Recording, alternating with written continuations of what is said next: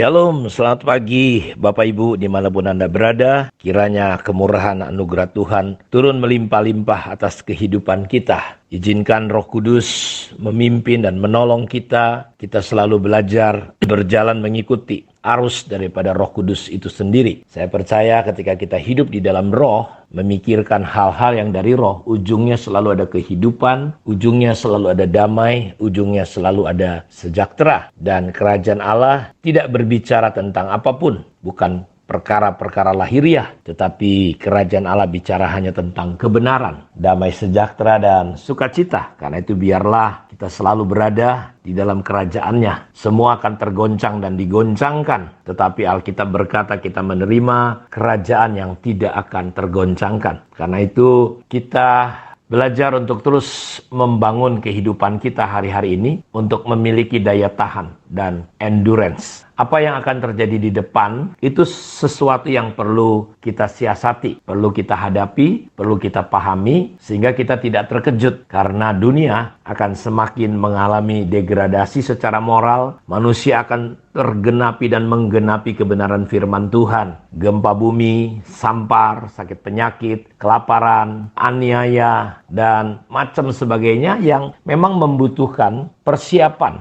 orang Kristen untuk memiliki daya tahan, kekuatan, memiliki ketabahan, endurance, daya tahan, dan memiliki iman. Karena semuanya pasti akan digenapi dan Tuhan sudah berpesan kepada kita supaya kita dari sekarang menyiapkan diri kita. Jadi masa-masa ke depan adalah masa-masa hari ini di mana kita terus membangun, melatih otot-otot iman kita, mempersiapkan diri kita. Karena itu mari saya ingin mengajak kita di dalam membaca dalam 2 Timotius 1 ayat 11-12. Untuk Injil inilah aku telah ditetapkan sebagai pemberita, sebagai rasul dan sebagai guru. Itulah sebabnya aku menderita semuanya ini. Tetapi aku tidak malu karena aku tahu kepada siapa aku percaya dan aku yakin bahwa dia berkuasa memeliharakan apa yang telah dipercayakannya kepadaku hingga pada hari Tuhan. Jadi saudara, kita melihat rahasia-rahasia daripada Rasul Paulus. Kenapa dia memiliki daya tahan? Dia memiliki kekuatan yang datangnya dari Tuhan, kemampuan untuk menghadapi yang namanya penderitaan. Dia berkata, untuk Injil inilah aku telah ditetapkan sebagai pemberita, sebagai rasul dan sebagai guru. Dan itu sebabnya aku menderita, karena memang efek daripada pengiringan kita kepada Tuhan adalah dunia membenci kita. Bahkan Alkitab berkata semua bangsa membenci kita bukan karena kita, tapi karena nama Tuhan. Jadi dunia yang telah jatuh ini, dunia yang dikuasai iblis ini, tidak terlalu suka kepada setiap orang yang mempercayai Tuhan. Karena di dalam diri orang itu ada Tuhan. Dan nama Tuhan yang ada dalam hidup kita, itulah yang dibenci oleh dunia. Kita tidak berasal dari dunia. Kalau kita berasal dari dunia, kita tidak akan pernah diapa-apain oleh dunia ini. Itu sebabnya aku menderita semuanya ini, tetapi aku tidak malu karena aku tahu kepada siapa aku percaya. Lihat Bapak Ibu. Jadi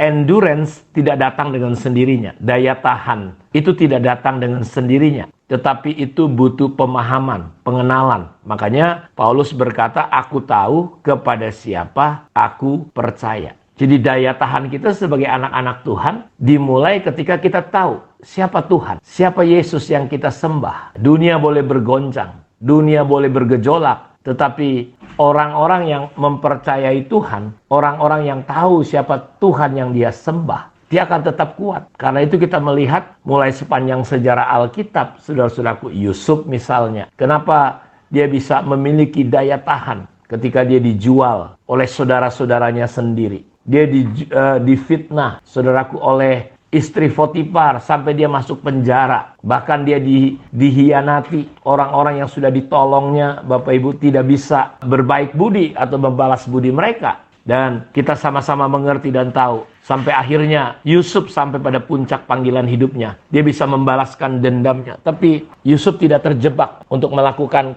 hal-hal yang sifatnya daging, sifatnya dendam. Kenapa? Kekuatan tokoh-tokoh Alkitab ini lahir ketika mereka betul-betul tahu yang namanya siapa Tuhan yang mereka sembah. Dia berkata bahwa dia dapat mimpi, jadi dia kenal siapa Tuhan yang memanggil dia. Jadi kita akan menjadi pribadi yang kuat, menjadi orang-orang Kristen yang memiliki daya tahan ketika kita pertama memahami Tuhan. Siapa Tuhan? Siapa Yesus itu? Makanya murid-murid yang tadinya saudaraku adalah orang-orang yang pengecut, lari ketika Yesus menghadapi salib. Petrus menyangkal dia, semua murid-murid lari. Tetapi ketika mereka semakin bertumbuh memahami siapa Tuhan, karenanya Yesus pernah berkata, menurut kata orang, siapa aku? Setelah mereka berkata, Nabi, Yeremia, Elia, ya macam-macam. Menurut katamu siapa aku? Dan ketika mereka berkata engkau adalah Mesias, anak Allah yang hidup, Yesus berkata bahwa di atas pewahyuan Yesus Tuhan, pengenalan, kedalaman, pemahaman kita tentang Yesus sebagai Tuhan dalam hidup kita, itu yang membuat kita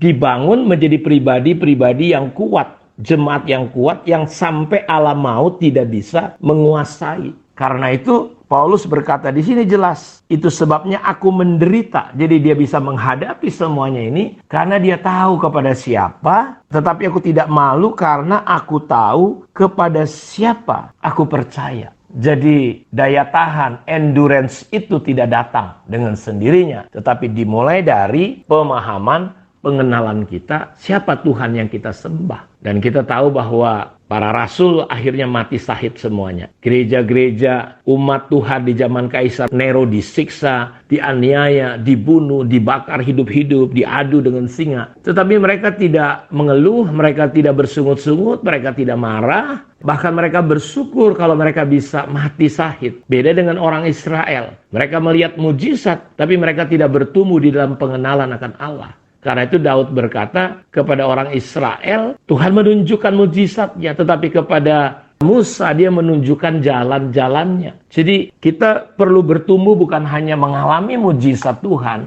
tetapi kita bertumbuh mengenali jalan-jalan Tuhan, mengenali pribadinya, siapa dia. Dan itu menjadi dasar yang kokoh untuk kita memiliki kekuatan di dalam kita menjalani kehidupan kita sebagai orang percaya. Ya, di tengah situasi ekonomi mungkin mengalami kekacauan lagi, di tengah pandemi, di tengah ketakutan, macam-macam. Bahkan berbagai hal akan terjadi dalam hidup kita. Saya berdoa supaya Tuhan membuka mata hati kita sehingga kita bisa mengenali. Dia memberikan roh hikmat dan wahyu sehingga kita bisa mengenal siapa Tuhan kita. Dia adalah Bapa kita, dia adalah Tuhan kita, pencipta langit bumi. Dia berkuasa. Itu yang menyebabkan Sadrak, Meshak, Abednego tidak perlu takut, saudaraku. Mereka tidak takut. Walaupun mereka harus dibuang ke dalam api, mereka tidak menyangkal Tuhan karena mereka kenal. Sampai mereka berkata, kalau Tuhan mau tolong, ya Tuhan tolong. Nggak ditolong, nggak ada masalah. Karena Tuhan itu bukan hanya mujizat. Mereka mengenali siapa Tuhan mereka. Dan di tengah-tengah situasi akhir zaman ini, kita sebagai orang percaya yang ingin rindu memiliki daya tahan, ya, menghadapi dunia yang bergejolak ini. Tidak ada lain. Kita perlu mengenal siapa Tuhan yang kita sembah. Tuhan memberkati kita. Mari kita berdoa. Bapa, terima kasih. Biar roh hikmat dan wahyu turun atas kami semua. Sehingga kami mengenal Engkau secara pribadi. Mengenal Allah yang dahsyat dan hebat. Bukan hanya untuk orang lain. Tetapi kami mengenali siapakah Allah kami. Karena itu Tuhan, berikanlah pewahyuan-Mu. Berikanlah hikmat-Mu. Biar mata hati kami menjadi terang. Sehingga kami mengerti. Kami mampu melihat siapa Engkau.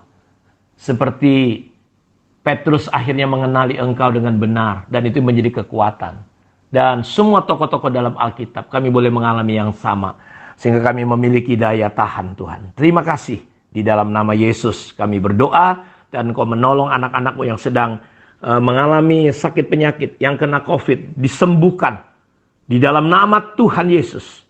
COVID tidak berkuasa atas tubuh anak-anak Tuhan. Ada perlindungan penjagaan yang sempurna.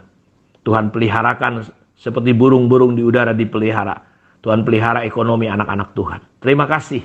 Di dalam nama Yesus kami berdoa. Amin. Kiranya Tuhan memberkati kita semua. Shalom.